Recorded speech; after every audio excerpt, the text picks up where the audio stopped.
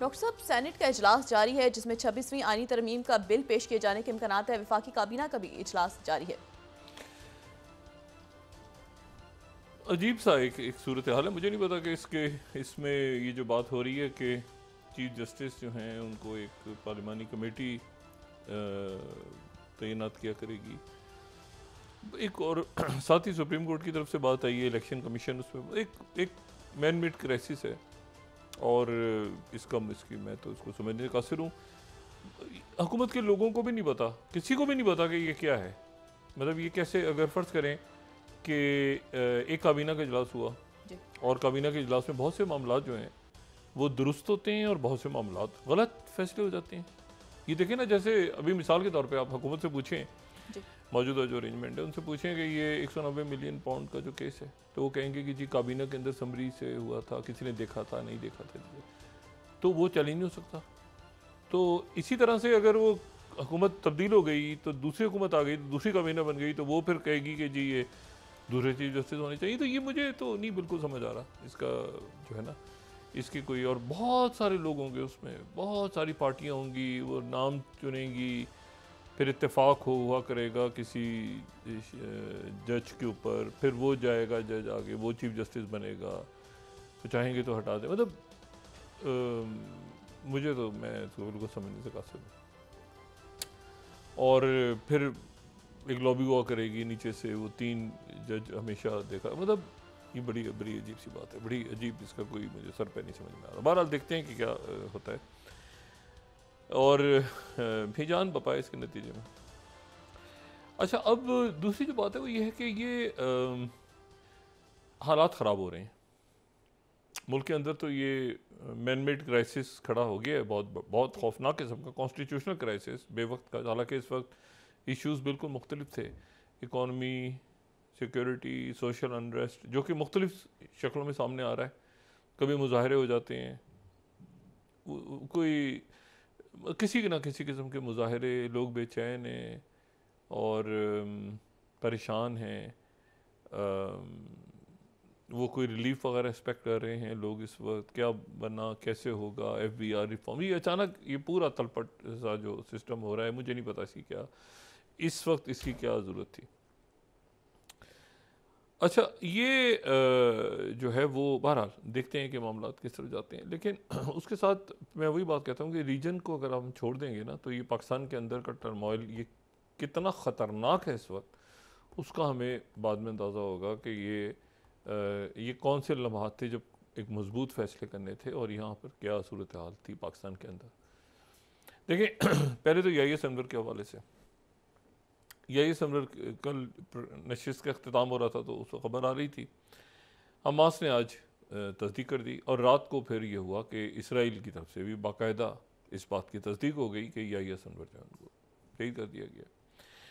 अच्छा, अब YS अनवर की जो अगर आप इसको अरब दुनिया के हवाले से देखें, मेरा ख्याल है कि इसराइल की फ़ौज ने और उनके जो इस वक्त वहाँ जो शख्सियात मौजूद हैं, उनको ये वीडियो जारी नहीं करनी चाहिए थी जो उन्होंने जारी कर दी। ये वीडियो उनको जारी नहीं करनी चाहिए थी, वो सिर्फ एक तस्वीर जारी कर सकते थे। आपको याद है एक ज़माने में सद्दाम हुसैन के बेटों के हवाले से था कि जी क्या ज़िंदा हैं या ख़त्म, तो उनकी भी डेड बॉडीज़ की तस्वीरें अमेरिका से जारी की थी। डेड बॉडी की तस्वीर वो अगर वो मैयत की जारी कर देते तो उन्होंने जो आखिरी लम्हात दिखाए हैं YS अनवर के, उसमें 2-3 बातें जो हैं वो अरब दुनिया में YS अनवर को किस तरह से देखा जा रहा है वो शायद अंदाज़ा नहीं है इसराइल में लोगों को, लेकिन एक मुख्तलिफ अंदाज में देखा जा रहा है। पहली बात तो यही कि YS अनवर सुरंगों में नहीं थे, नंबर 1। नंबर 2 कि वो यरगमालियों के दरमियान नहीं छुपे हुए थे, यानी ह्यूमन शील्ड नहीं थी।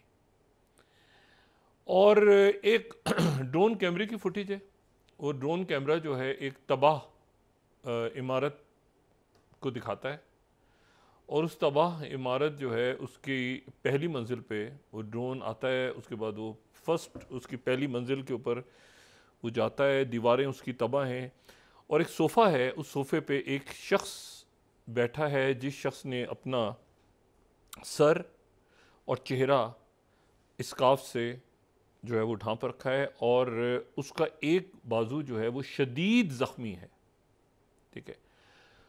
और वो ड्रोन की तरफ देखता है और उसके बाद वो दूसरे हाथ से एक छड़ी उठा के ड्रोन की तरफ फेंकता है, और वो उसके बाद फिर ड्रोन कैमरा जो है वो टर्न हो जाता है। और उसके बाद फिर बहुत सारी तस्वीर सामने आ जाती हैं, जिन तस्वीर में याहिया सिनवर की जो है वो मैयत है, और याहिया सिनवर की उसके पास इसराइल के फ़ौजी खड़े हैं। अब यहाँ पे दो तीन बातें आ रही हैं। पहली बात तो ये है कि याहिया सिनवर जो है वो लास्ट मैन स्टैंडिंग, कि वो याहिया सिनवर को गिरफ़्तार क्यों नहीं किया, याहिया सिनवर को गिरफ़्तार क्यों नहीं किया। याहिया सिनवर जो है वो मतलब ये तो आइडिया था ना गिरफ़्तार कर ले, एक अगर हाथ ज़ख्मी है और अकेला एक बंदा बैठा हुआ है सोफे पे, तो उसको गिरफ़्तार क्यों नहीं किया, ये एक सवाल है। अच्छा, दूसरी बात ये है कि उसके बाद फिर क्या हुआ, कैमरा टर्न हो गया तो वो तस्वीर उसके बाद नहीं आ रही। ज़ाहिर है वो स्टिक जो है वो यकीनन कैमरे पे लगी है, या कैमरा यकीनन उसी पे लगी है, कैमरा एकदम से टर्न होकर फुटेज बंद होती है वहाँ पे। अब उसके बाद जो इसराइल की फ़ौज के तर्जुमान हैं, उनका ये कहना है कि जी वहाँ पे 3 लोग जो है वो जनूबी गज़ा में इत्तेफाकिया तौर पे जो ग्राउंड ऑपरेशन के दौरान 3 लोग नज़र आए दारुल सुल्तान के इलाके में, और इसराइल की फ़ौज तो 3 लोग वहाँ जा रहे थे, तो उनके साथ फायरिंग का तबादला हुआ। उसमें से 2 जो हैं वो एक इमारत में दाखिल हो गए, और एक शख्स जो है वो एक इमारत में दाखिल हो गया। एक जो शख्स है वो 2 लोग शायद उसके गार्ड्स थे। अब ये इनका कहना ये है कि वो इसराइली फ़ौज ने कहा कि ये तो बूबी ट्रैप होगा, या फायरिंग शुरू हो जाएगी, या क्या होगा। तो ये इन्होंने ड्रोन कैमरे से फुटेज ली, और उसके बाद फिर ये हुआ, ये जो सोफे पे वो बैठी हुई हमारे सामने इमेज आ रही है याहिया सिनवर की, जो आखिरी इमेज है, उसके बाद इस इमारत को धमाके से उड़ा दिया गया। ये सामने सोफे पे याहिया सिनवर अपनी जगह बैठे हैं, और याहिया सिनवर इस इमारत को फिर उन्होंने बम से इसके ऊपर शेल गिरा दिया पूरा। लेकिन याहिया सिनवर की जो तस्वीर आती हैं वो याहिया सिनवर सोफे पे बैठे सामने वो नज़र आ रहे हैं। ये आखिरी मनाजिर हैं जिसमें वो एक बाजू उनका तकरीबन कटा हुआ है, और वो झुका हुआ चेहरा है उनका, और सर पे उन्होंने ये याहिया सिनवर, और सर के ऊपर उन्होंने जो है वो एक मफलर सा बांधा हुआ है। अच्छा, ये जो अब इशू है कि याहिया तो उसके बाद ये बिल्डिंग को उन्होंने इसके ऊपर बॉम्बिंग की, और बॉम्बिंग करने के, लेकिन जो फिर ऑटोप्सी के लिए, पोस्टमार्टम के लिए जो बॉडी को ले गए, तस्वीर आ गई थी इसी दौरान, लेकिन जब बॉडी ले गए वहाँ पे, तो उस बॉडी का फिर वो जो इसराइल के हुकाम हैं वो कह रहे हैं कि अबू कबीर फॉरेंसिक इंस्टीट्यूट में याहिया सिनवर की एक उंगली जो है उसका एक हिस्सा उन्होंने पहले तो ये था कि पहले कल ही खबरें आ रही थी कि दांतों से हुआ, लेकिन फिर उसके बाद ये हुआ कि दांतों से भी हुआ डीएनए, और फिर उनकी उंगली का एक हिस्सा जो है वो मैचिंग के लिए वहाँ भेजा गया, और उससे कंफर्मेशन हुई याहिया सिनवर। लेकिन सवाल ये है कि वो तो यरगम अलियों के साथ नहीं थे, और वो लड़ते लड़ते, यानी इस मौके पे वो सरेंडर भी नहीं किया और हथियार भी नहीं डाला, और लड़ते लड़ते जान दे दी, और मतलब वो इसराइली फ़ौज भी नहीं लड़ी या तो होता। अच्छा, वो एक बुलेट भी है सर में, जो ऑटोप्सी रिपोर्ट है उसके मुताबिक शेल फायर हुआ है जो कॉज ऑफ डेथ है, और सर में एक बुलेट है, तो एक बुलेट भी है। फिर उसके बाद वो तो फ़ौज क्यों नहीं लड़ी, या पकड़ा क्यों नहीं जिंदा। और उसका जवाब वो दे रहे हैं कि जी वो चूँकि हमें शक था कि यहाँ पे बूबी ट्रैप ना हो और यहाँ पे जो है धमाके ना हो जाएं, तो फ़ौज जा नहीं रही थी, उनके पास हैंड ग्रेनेड भी शायद थे। लेकिन जो एक तस्वीर जारी हुई है, जो उनके सामान जो साथ मिला है, उसमें तो हैंड ग्रेनेड नज़र नहीं आ रही है। तस्वीर अगर हम पहले वाली दिखा सकें तो उसमें तो एक तस्वीर है, तो ये याहिया सिनवर के आखिरी, इसमें बाजू उनका कट चुका है, लेकिन वो सरेंडर नहीं कर रहा, याहिया सिनवर ने सरेंडर नहीं किया। अच्छा, अब उसमें जो चीज़ें साथ आ रही हैं, तो उसमें एक पासपोर्ट है और तस्बीह है, और एक इसमें कुछ और अशिया इसमें नज़र आ रही हैं।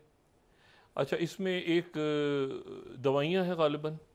अब ये असलहा जो है, अब ये इन्होंने दूसरा भी दिखाया है, साथ तस्वीरें जारी की हैं, लेकिन ये असलहा वहाँ पे अब बहरहाल, लेकिन इशू ये सारा कि ये गिरफ्तारी, अच्छा बाजू, ये मैंने कहा ना, अरब दुनिया में ये बड़ी इंपॉर्टेंट बात है कि बाजू कटा हुआ सरेंडर नहीं हो रहा, सरेंडर नहीं किया। और वो शिद्दत में, चूँकि ब्लीडिंग बहुत ज़्यादा, या मुझे तो जो मैंने देखा, ज़ाहिर है कि फोरेंसिक रिपोर्ट तो नहीं है सामने आई, लेकिन बज़ाहिर ऐसा लगता है कि बाजू कट गया है, वो कटा हुआ बाजू है, और ब्लीडिंग, खून को रोकने के लिए IS अनवर ने उसके ऊपर एक रुमाल बांधा हुआ है।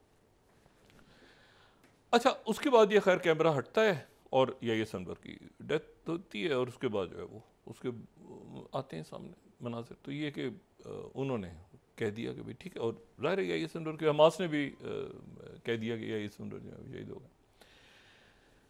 अच्छा, अब सवाल ये है कि इसके बाद व्हाट नेक्स्ट, आगे क्या होगा।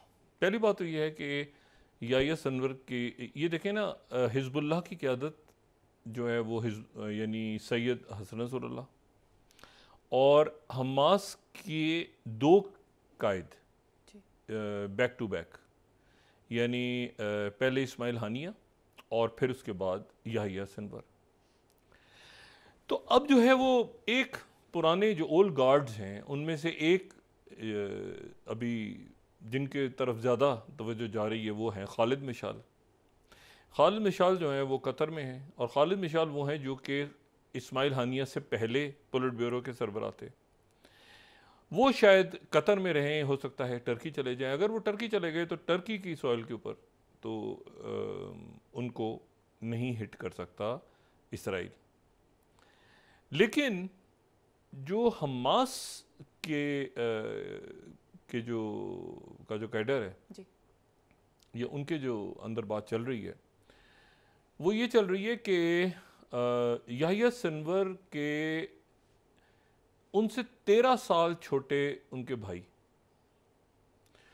जो हैं वो मोहम्मद सिनवर जो हैं वो उनकी जगह संभालने जा रहे हैं। अच्छा, ये मोहम्मद सिनवर जो हैं ये 49 साल की इनकी उम्र है, और ये भी कहीं गज़ा में ही हैं, और ये जो हैं गज़ा में ही हैं और 13 साल छोटे हैं। और ये वो हैं जिन्होंने याहिया सिनवर जब जेल में थे 23 साल जेल में, एक उसमें रहे 3 साल पहले रहे, 23 साल जब जेल में थे तो 2006 में जो प्लान किया था, जो एक इसराइल की एक फ़ौजी को अगवा करके और उसके बदले में जो 1000 से ज़्यादा फ़लस्तीनी रिहा हुए थे, तो वो प्लान इनके भाई ने किया था, मोहम्मद सिनवर ने। और ये जो इसराइल की तरफ से, अगर ये हम पम्फलेट्स देखें, अगर फर्स्ट स्लाइड में दिखा सकें, तो उसमें जो इसराइल पिछले दिनों पम्फलेट्स फेंकता रहा होता है ना, पम्फलेट्स, तो उसमें याहिया सिनवर के नीचे मोहम्मद सिनवर का नाम नज़र आ रहा है, मोहम्मद दैफ से भी ऊपर, राफ़ा सलामा से भी ऊपर। याहिया सिनवर के नीचे दूसरा नाम जो आ रहा है वो इनके भाई का नाम है, मोहम्मद सिनवर। अच्छा, ये मोहम्मद सिनवर जो इनकी और याहिया सिनवर की कुनियत है कि दोनों अबू इब्राहिम है, क्योंकि इन दोनों भाइयों ने अपने बड़े जो इनके बेटे हैं दोनों के, उनका नाम इब्राहिम है, तो दोनों की जो कुनियत है वो अबू इब्राहिम है। लेकिन इनके जो भाई हैं ये मोहम्मद सिनवर, उनकी पब्लिक अपीयरेंस बहुत कम है। कुछ एक आध फुटेज उनकी ऐसी है जहाँ पर वो नज़र आ रहे हैं, अदरवाइज़ वो कैमरे के सामने आना और ये इससे उनकी बहुत ज़्यादा फुटेजेस नहीं हैं। लेकिन एक तो उन्होंने उस वक्त जो है वो जो अली शलीत को उन्होंने किडनैप किया था, जिसके नतीजे में फिर याहिया सिनवर और उनकी सबकी रिहाई हुई थी 2011 में। और अक्टूबर 7 में भी इनके भाई की प्लानिंग थी बहुत ज़्यादा।